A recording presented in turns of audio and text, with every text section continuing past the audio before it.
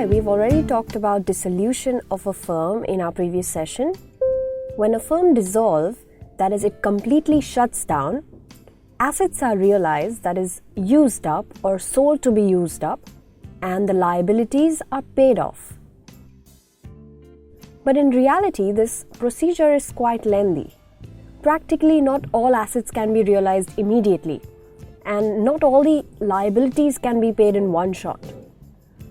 It is a time-consuming, gradual process.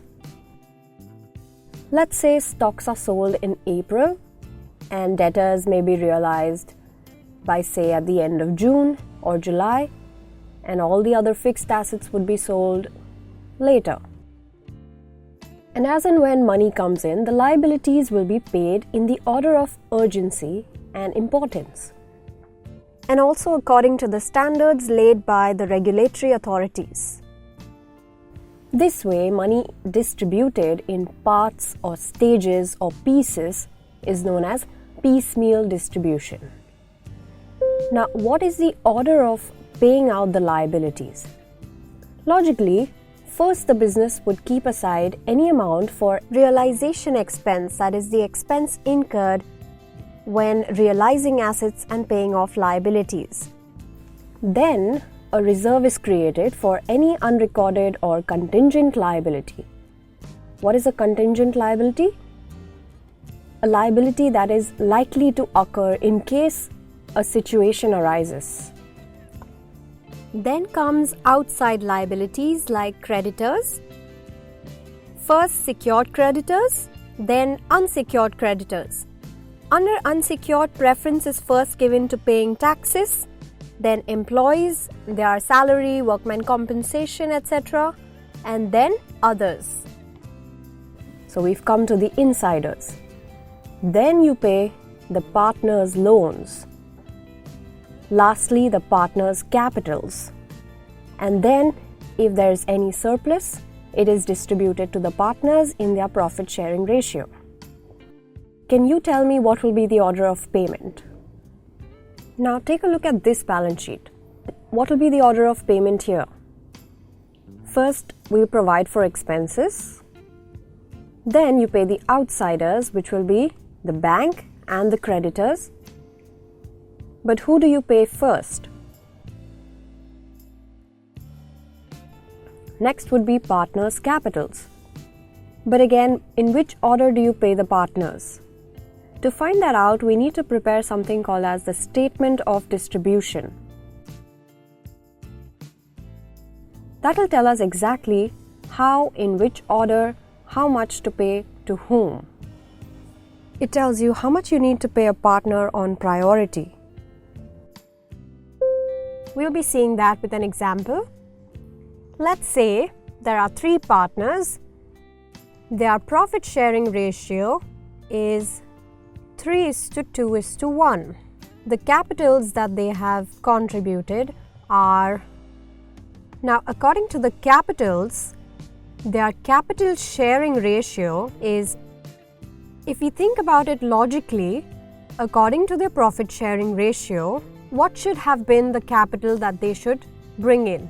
Considering the base as 10,000, 1 is equal to 10,000, we can say 1, 10,000, 2 will be 20,000, and 3, 30,000. According to profit sharing ratio, this should be the amount of capital that they should bring in. But in most cases, the profit sharing ratio and the capital sharing ratio are going to be different. So how much is the excess capital that they are bringing in? 30,000 minus 30,000 nil, 30,000 minus 20,000, 10,000 excess, and here also 10,000 excess. So B and C should be given more priority while paying off the capitals, right? But again, B's profit sharing ratio is more and his excess is 10,000, whereas C's profit sharing ratio is even less and still he's bringing in 10,000 excess, which means C should be given first priority while paying off the capital, then B, and then A. But we don't know exactly the amounts to be paid at each interval of realization, and we may not always be able to find the order of payment in this way with different capital numbers. So there's a systematic way to find the correct proportionate and excess capital. It is called the proportionate capital method. And what we are doing is we are preparing statement of excess capital. Here we are writing their profit sharing ratio is 3:1. Capitals are what is the unit capital. So per unit, how much capital? 30,000 divided by 3, 10,000. 30,000 divided by 2, 15,000, and 20,000. Out of the unit capital, the least is considered as the base capital. Here it is 10,000. The least among the three unit capitals is the base capital. The proportionate capital is nothing but base capital into profit sharing ratio. So 10,000 into profit sharing ratio.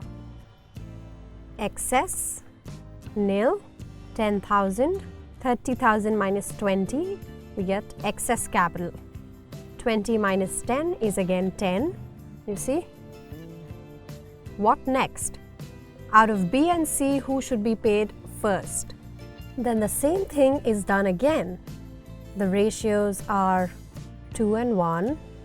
So they are new unit capital 5,000, 10 divided by 1, 10,000. The base capital will be 5,000, least amongst the unit capital.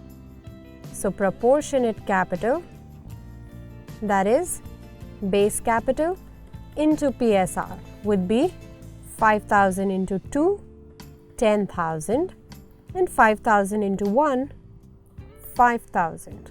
Excess would be, this is their new capital, 10,000 minus 10,000 nil, and 10,000 minus 5,000, 5,000 excess. So the order of payment is, first C will be paid 5,000, then B and C would be paid the proportionate capital, 10,000 and 5,000, and lastly, all the three partners would be paid 30 plus 20 plus 10, that is 60,000 in the profit sharing ratio. Are you understanding what we did? I'll just go through the whole thing again.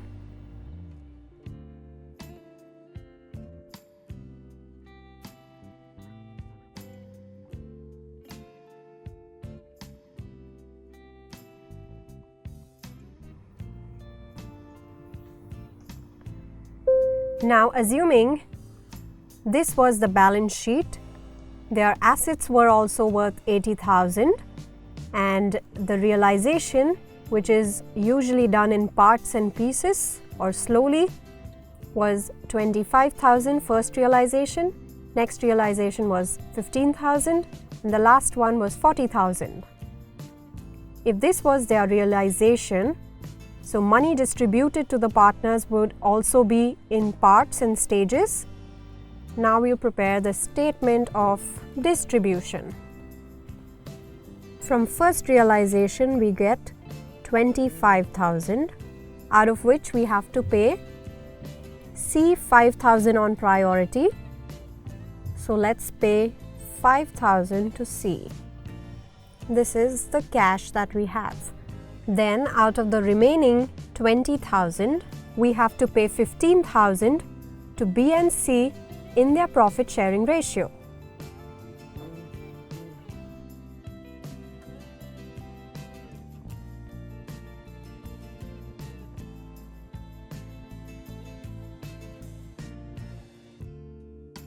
Okay, 5,000 remaining.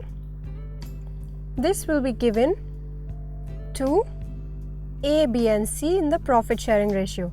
That is, next realization is of 15,000.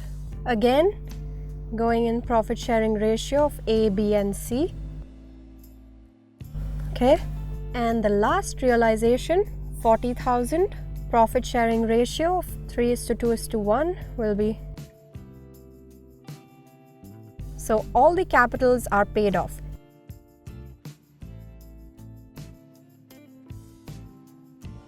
if the last realization was say 46,000, we would have paid only 40,000 in the profit sharing ratio and 6,000 would be unpaid balance, profit, that would have distributed amongst the partners in the profit sharing ratio. Whereas if the last realization was say 30,000, then 10,000 would be the loss distributed amongst the partners in the profit sharing ratio. So with this, I hope you've understood what is piecemeal distribution and how this is done for partners. Hope you enjoyed this session. Don't forget to leave your comments, like, share, and don't forget to subscribe for more updates. Until next time, keep watching, keep learning.